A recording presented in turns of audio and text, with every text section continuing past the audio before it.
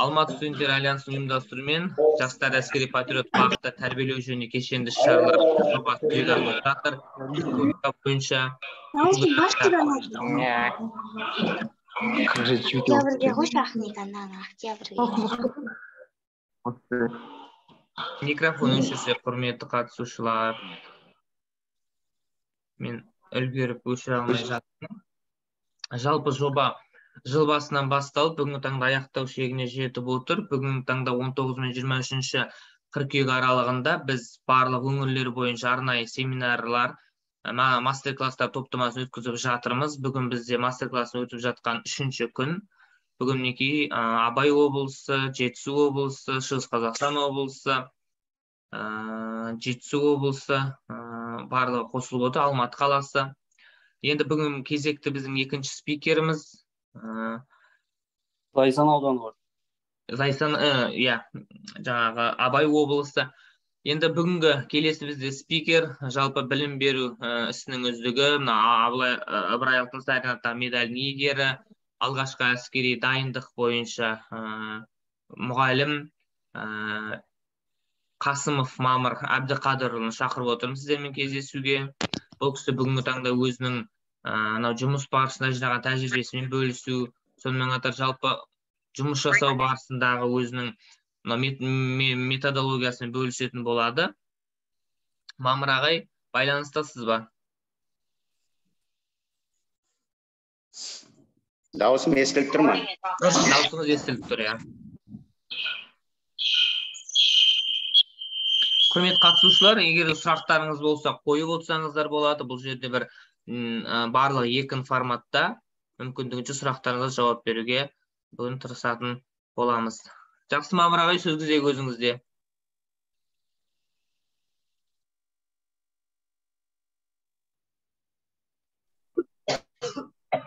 Армысыздар, құрметті отандастар, бауырлар, мына әріптестер.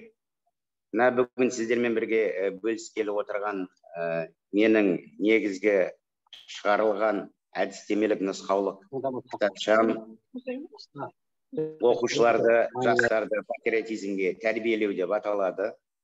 Бұл 2000 жылы баспадан жарық көрді. Бұл кітаптың негізгі шығу мақсаты менің неше жылдық еңбегімді жинай келе, осы жастарға патриоттық тәрбиені қалай берген қолайлы, қалай берген ыңғайлы тәсілдермен бөліскім келіп отыр. Енді менің бұл шығарылған кітабыма пікір жазған Шемпиев Асқар Рамазанұлы, Қазбат жауынгерлік іс-қимылдар және бітімгершілік операциялар ардагерлерінің одағы төрағасы, және де Нұр-Сұлтан қала, Астана қаласы Қазақ технология және бизнес университеті акционерлік қоғамы колледжінің педагогика кеңесінің шешімімен баспаға ұсынылған болатын. Бұл кітап оқушыларды, жастарды патриотизмге тәрбиелеу, оқу әдістемелік құралы, Қазақ технология және бизнес университетінің колледжі 2020 жыл 105 беттен тұрады. Бұл кітабымның негізгі мазмұнын айтып өтетін болсам, бірінші кіріспе бөлім, екінші қырандар, жас сарбаздар әскери патриоттық және спорттық клубы туралы, ол клубының атқарып жатқан жұмыстары туралы, сонымен қатар сыныптан тыс тәрбие жұмыстарының сценарийлері. Атап айтатын болсақ, біз ата-бабалар дәстүрін жалғастырушылармыз. Бұл сценарий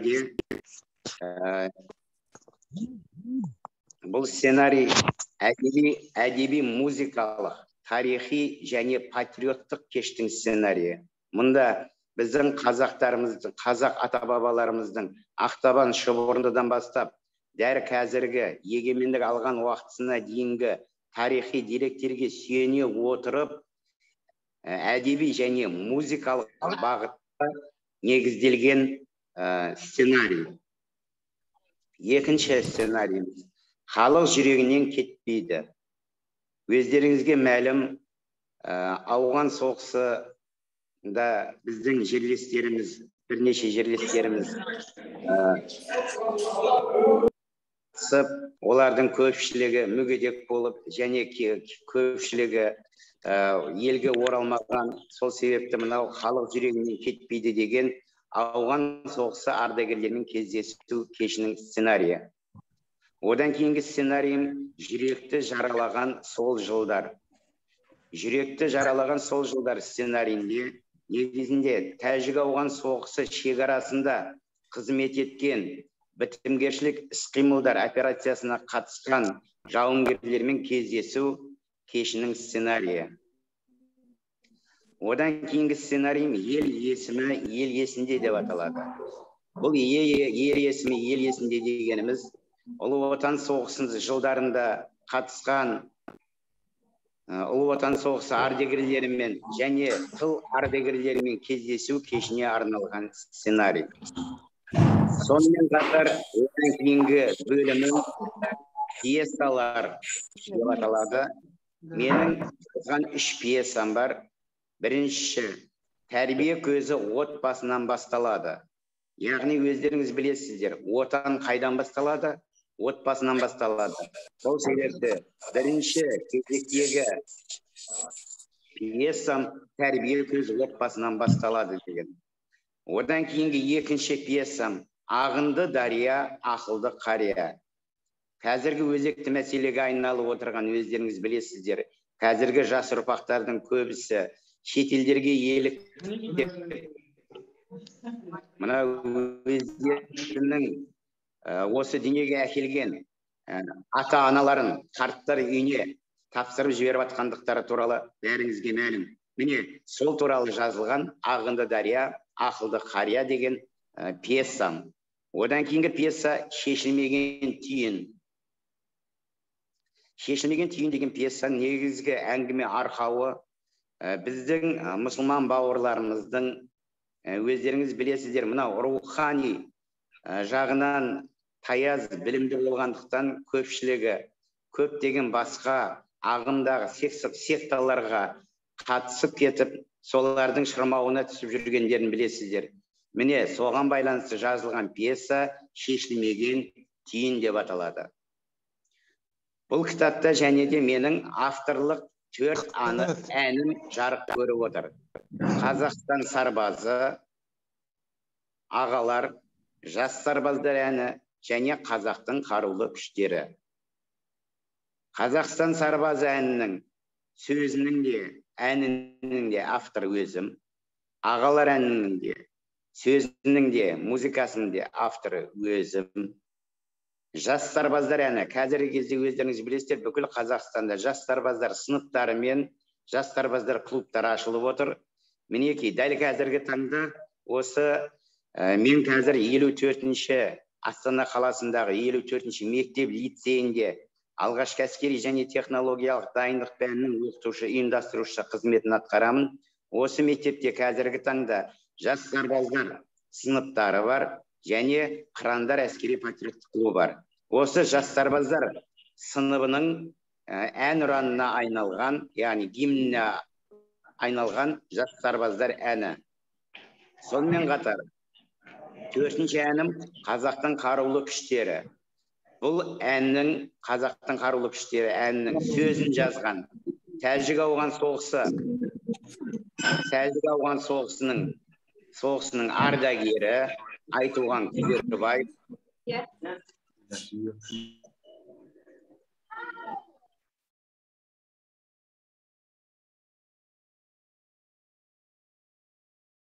Мамыр ағай, даусыңызды қосып жіберсеңіз, микрофон қосып жіберіңізші.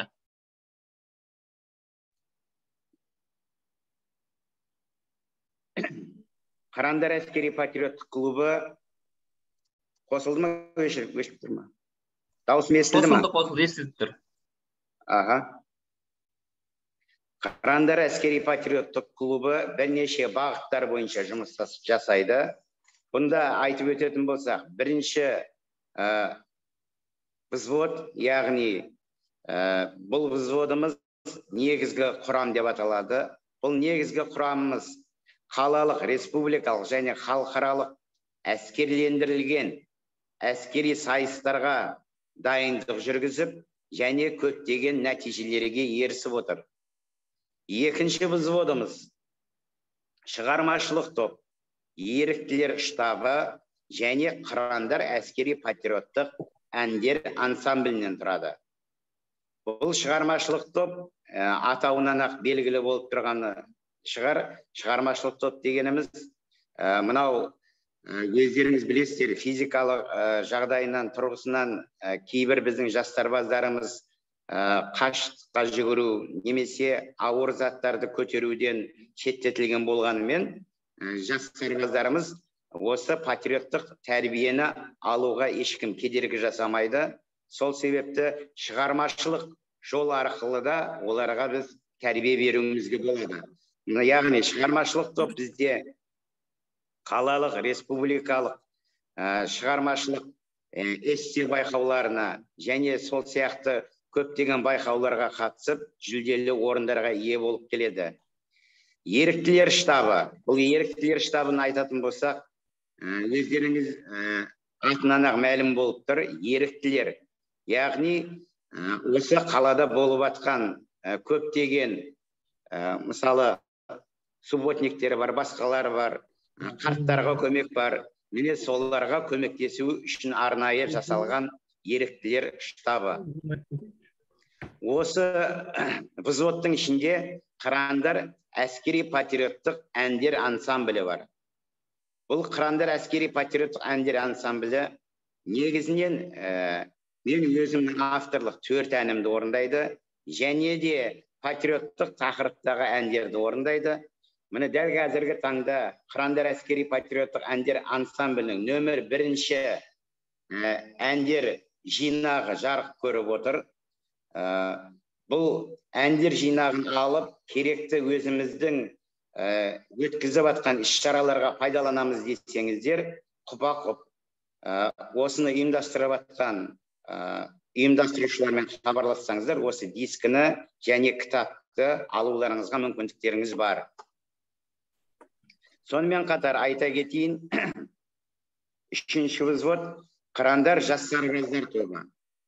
Яғни жас сарбаздар тобы бұл қазіргі таңда өздеріңіз біліп отырғандай жас сарбаздар бағдарламасы бойынша жұмыс жасайды. Енді қазіргі кезде мен сіздердің назарларыңызға өзімнің бірінші шығарған әнім Қазақстан сарбаздары әнін назарларыңызға ұсынамын. Қазақстан сарбаздары.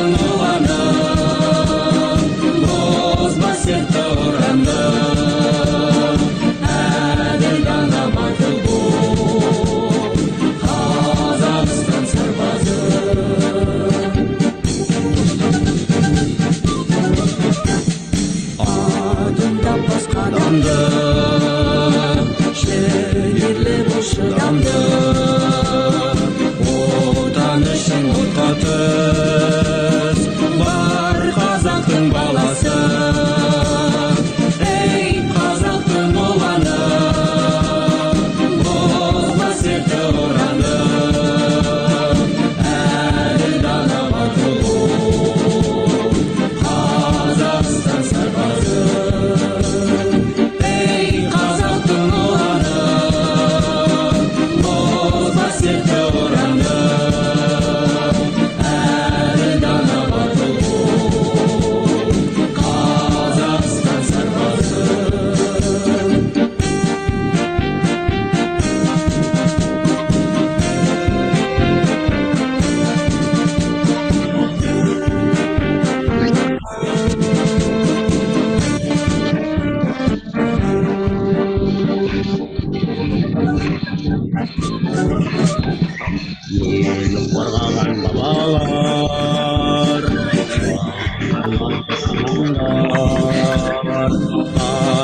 жерін бермеген ұлы сардар ұландар.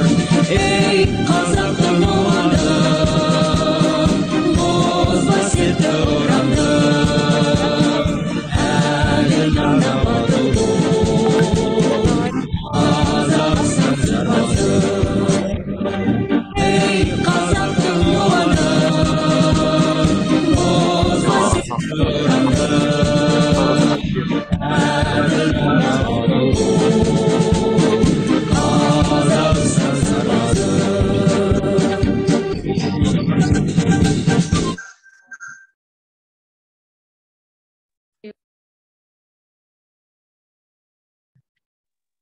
Бұл менің алғашқы шығарылған әнім Қазақстан сарбазы деп аталады. Жаңа назарларыңызға ұсындым. Сөзі де, әні де өзімдікі. Енді қазіргі таңда жастарды нағыз қазақтық рухта тәрбиелеу ісіне Қазақстан Республикасының тұңғыш президенті елбасы Нұрсұлтан Әбішұлы Назарбаевтың ерекше мән бергендігі баршамызға мәлім. Ол жаңа қоғам орнатудың басты шарттарының бірі жас ұрпақты адамзат баласы жасаған небір асыл қазынаға лайықты мұрагер етіп баулай білу екенін де сан рет атап көрсеткен болатын. Осы тұрғыда Бауыржан Момышұлы ағамыздың отан үшін отқа түс күймейсің деген сөздерімен жас ұрпақты отан сүйгіштікке жан-жақты тәрбиелеу болып саналады. Міне сол себепті тәрбиенің бір саласы, маңызды саласы әскери патриоттық тәрбие. Әскери патриоттық тәрбиенің басты мақсаты отанымызды қорғауға, әр уақытта дайын болуға, басқа елдердің тіміскі әрекеттеріне дер кезінде соққы беруге, отанымыздың экономикалық және қорғаныс қабілетін күшейте беруге, барлық күш-жігерді аямай жұмсауға, бүкіл қазақстандықтарды, әсіресе жастарымызды идеологиялық жағынан шыңдап дайындау болып табылады. Жас сарбаздарымызға әскери патриоттық тәрбие беру, армия мен қоғамдық творчестволық ұйымдар мен мәдени ағарту мекемелерінің және мектеп пен жанұяның жүргізетін сан саналы тәрбие жұмыстарының түрлері сан алуан. Сол себепті қазіргі таңда мұғалім дегеніміздің өзі өмірдегі көп мамандықтардың ішінде жан-жақты, білімдікті, икемдікті, шеберлікті, ерекше шәкірт жандылықты қажет ететін мамандық, ұстаздық мамандығы. Олай дейтінім, мұғалім еңбегі біріншіден адамзат қоғамы тарихында жинақталған өздерінен білім беруге тиіс болса, екіншіден үнемі шәкірттерімен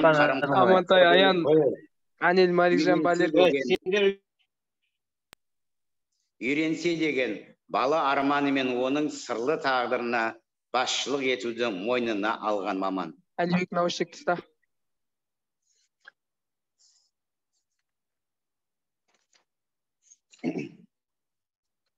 Қазіргі таңда Қырандар әскери патриоттық және спорттық клубының жетістіктерін айта кететін болсақ, қалалық жас батыр мектептер мен колледждер аралық әскерлендірілген әскери эстафета сайысында 2016, 2017, 2018, 2020 және 2021 жылдары жүлделі бірінші орынға ие болып келеді. Яғни ол деген сөз тынымсыз дайындықтың нәтижесі. Қалалық колледждер аралық ақ найза сайысында 2016, 2017, 2018 және 2019 жылдары бірінші орын иегері.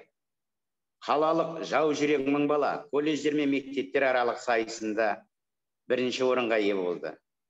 Республикалық барлықтарыңыз білесіздер, айбын сайысы жыл сайын өткізіліп тұрады. Республикалық айбын 2016, 2018, 2019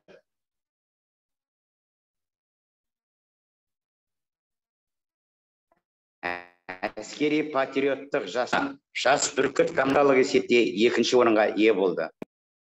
Республикалық Алматы студенттер альянсының ұйымдастыруымен өткізілген жігер әскери патриоттық лагеріне Қырандар әскери патриоттық және спорттық клубының рота командирі Бекматов Нұрасыл мен Қырандар әскери патриоттық және спорттық клубының мүшесі Болатбек Жанерке белсене қатысып, жүлделі екінші орынға ие болып келді. Халықаралық айбын 2017 жылғы әскери патриоттық жастар жиынында Астана жас бүркіт командасы құрамында Қырандар әскери патриоттық және спорттық клубының 4 мүшесі қатысып, жүлделі екінші және үшінші орындарға ие болып келді. Сонымен қатар атап өтетін болсақ, республикалық эссе байқауларына қатысып шығармашылық топтар жүлделі бірінші, екінші, үшінші орындарға ие болып келеді. Қазіргі таңда мектепте жас сарбаздар сыныбымен жұмыс жасап жатқандықтан, бұл жас сарбаздар сыныбы өздеріңізге мәлім, жан-жақты шыңдалған жастар болып шығуына байланысты, олардың алдына қойған мақсаттары, ата-анасының мақсаттары, келешекте әскери азаматтар мен азаматшалар болады ма деген үмітпен жас сарбаздар сыныптарына тапсырып жатқаны бәріңізге мәлім. Сол себепті біз оларды жан-жақты тәрбиелей келе, бірінші тәрбие, одан кейін барып білім. Өздеріңіз білесіздер, тәрбиесіз берген білім жаулық қалып келеді. Сол себепті бірінші кезекте тәрбиеге мән беруіміз шарт. Қазіргі сіздердің назарларыңызға ұсынғалы отырған әнім осы 54-ші мектеп лицейінің жас сарбаздар сыныбының гимніне айналған жас сарбаздар әні. Назарларыңызды экранға аударыңыздар.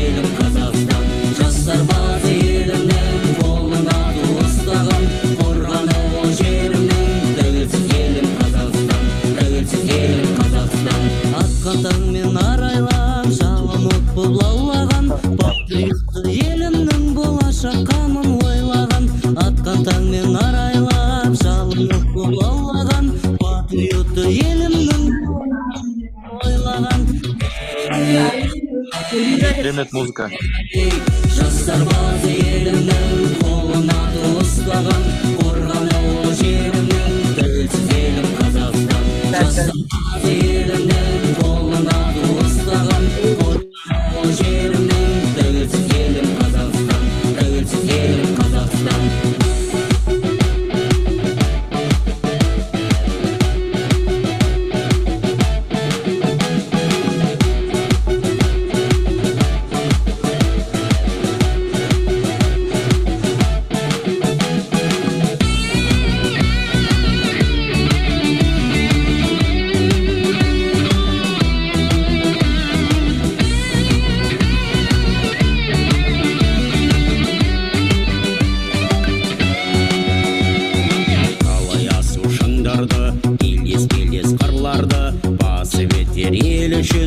қазақтың жас сарбазы, талай асыл шыңдарды, белдес қырларды, басып етер ел үшін қазақтың жас сарбазы.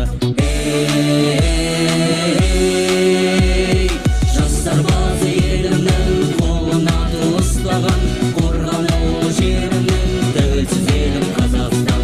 Жас сарбазы елімнің қолына ұстаған, қорғануы жерімнің тәуелсіз елім Қазақстан.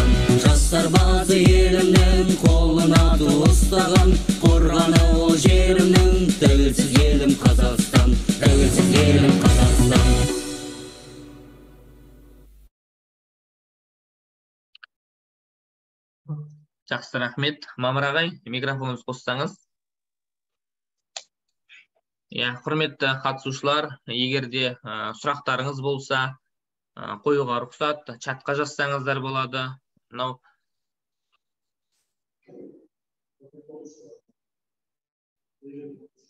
сұрақ қоямын деушілер. Мамыр ағай, байланыстасыз ба?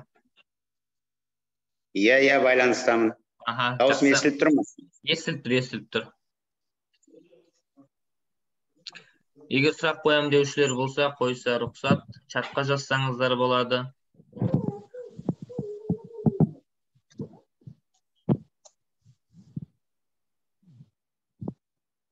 Ақниет.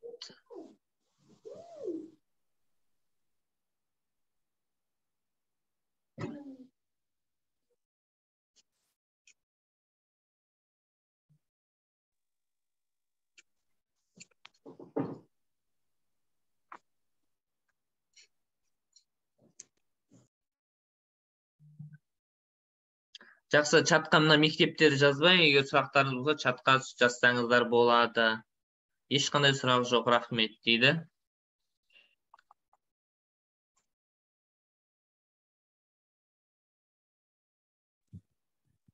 Естіліп тұр ма? Естіліп тұр. Ассалаумағалейкум. Ақсу ауданы Абай орта мектебінен болам. Сіздерге сұрақ, бұл қатысы бар ма, қатысы жоқ па білмеймін, бірақ та жаңа бәрі түсінікті, рахмет. Жақында осыдан 1-2 күн бұрын мынандай не пайда болды ғой. Егер де әскерге баратын адамдар грантқа, мысалы үшін грантқа түседі деп, ешқандай несіз жаңағы тест тапсырмайды. Мен былай ойлаймын да, мысалы үшін жарайды, ол дұрыс, бірақ та 11 сыныпты оқымай қоя ма деген сияқты менде өзімде бір ой бар да, мысалы үшін 11 сыныпты оқымай біз әскерге барамыз деп, ешқандай оқымай қоймай ма деген сияқты өзімде бір ой туындады да. Соған өздеріңіздің көзқарастарыңыз қандай?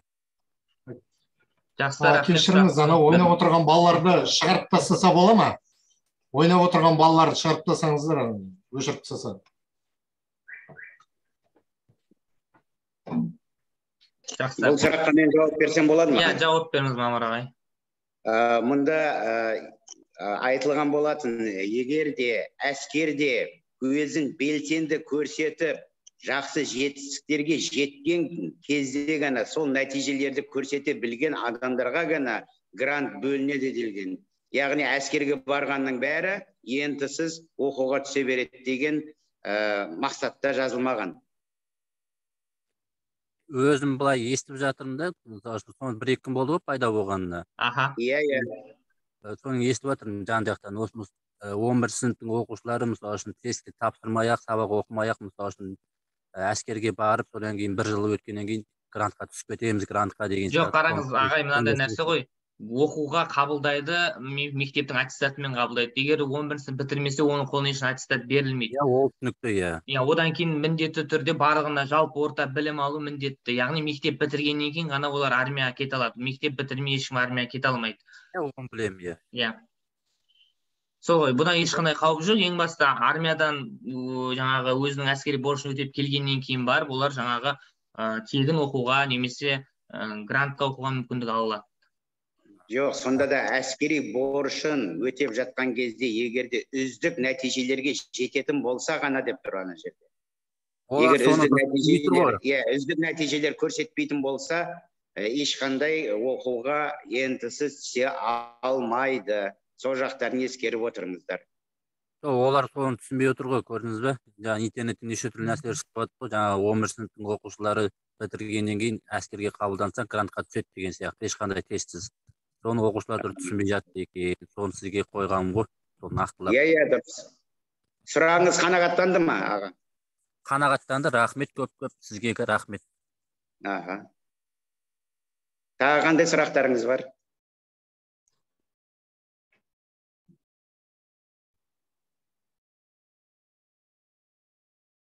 Мынау нені сұрапсыздар, өлеңді сұрапсыздар. Мынау чатқа жіберіп қойып жатыр. Мен барғанша бар аларсыздар, Чатқа жібердім жаңағы 2 өлеңді. Барып жатыр. Башка сурактарыңыздар бар, құрметті қатысушылар? Қол көтеріп отырған берік қол көшсем. Мен қазір қатысып Уағалейкум отыр ассалам, едім. иә. Мына басынан бастап не айтылып, не неткенін естіп үлгермей қалдым. Мен кешірім сұраймын. Бірақ та мен енді алғашқы әскери дайындық болғаннан кейін мынандай сұрағым бар еді. Алғашқы әскери дайындық пәнінің мұғалімдерінде қанша үйірме болу керек ақысыз? Енді мысалға бізге жасыл үшін бағдаршам, жас құтқарушылар, жас сарбаздар деген үйірмелер үйіліп төгіліп жатыр да, қайсысын істейміз, қайсысын қоямыз соны? Сол жағы, рахмет алдын ала. Рахмет. Мамыр ағай, сұраққа жауап берсеңіз. Негізі алғашқы әскери және технологиялық дайындық пәні оқытушыларына тек қана бір үйірме ақысы жүргізуге болады. Қалғандарының бәрі мектептің қаражатынан немесе колледждің қаражатынан сіздерге сағаттар бөлінуі шарт. Сол сағаттар арқылы ғана сіздер басқа үйірмелерді жүргізе аласыздар.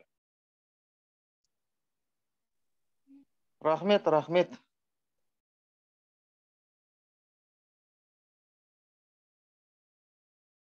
Чапта сұрақ кепті, Мамыр ағай, бізде әскери оқу орнына қыздар да түсе ала ма дейді. Әскери оқу орнына қыздар да түсуге болады. Мысалы, құқықтық әскери оқу орындары бар. Мына ішкі әскерлердің оқу орындары бар. Соларға түсуге болады.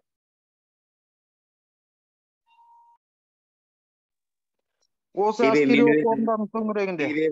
Себебі мен өзім қазір дайындап жатқан жас сарбаз сыныптарымның өзін осы құқықтық әскери оқу орындарына дайындап жатырмын. Осы әскери оқу орнының төңірегінде жаңа қыздар туралы сұрақ қойылды ма? Осы жерде сол қыздарды, мысалға біз жарайды білеміз, кадет корпусына, ол военкомат арқылы да жұмыс жасаймыз да, бірақ та енді осы қыздар көп сұрақ қояды да бізге. Соны біз жауап бере алмай жатамыз. Жаңағы біз қалай, қай жерге, мысалға оған ровд-ға барып жолығу керек па, сол жаңағы направлениесі қай жерге бару керек? Қазір егерде сіздерде жас сарбаздар сыныптары болатын болса, сол жас сарбаз сыныптары арқылы направление беруге болады қазір. Қалалық жас сарбаздар жолдама бере алады. Мінездеме жазу арқылы жолдама бере аласыздар. Рахмет. Қай жерде оқиды олар, мысалға қыздар, әскери оқу орындар? Петропавлда оқуға болады.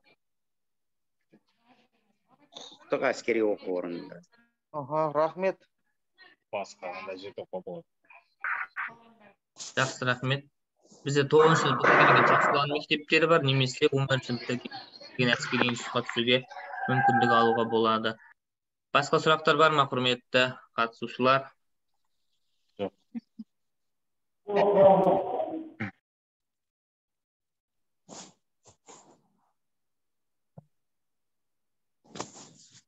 Жақсы, онда сұрақ жоқ болса, біз бүгін кездесуімізді аяқтайық. Алда тағы да бізде кездесулер бар, сол жерде қосыласыздар. Жалпы қатысқан жандарға көптен көп алғысын білдіреміз. Мамыр ағай, қатысып өз тәжірибеңізбен бөліскеніңізге көптен көп рахмет. Жақсы, аман сау болыңыздар, жақсы күндерде жолыққанша. Сау болыңыздар.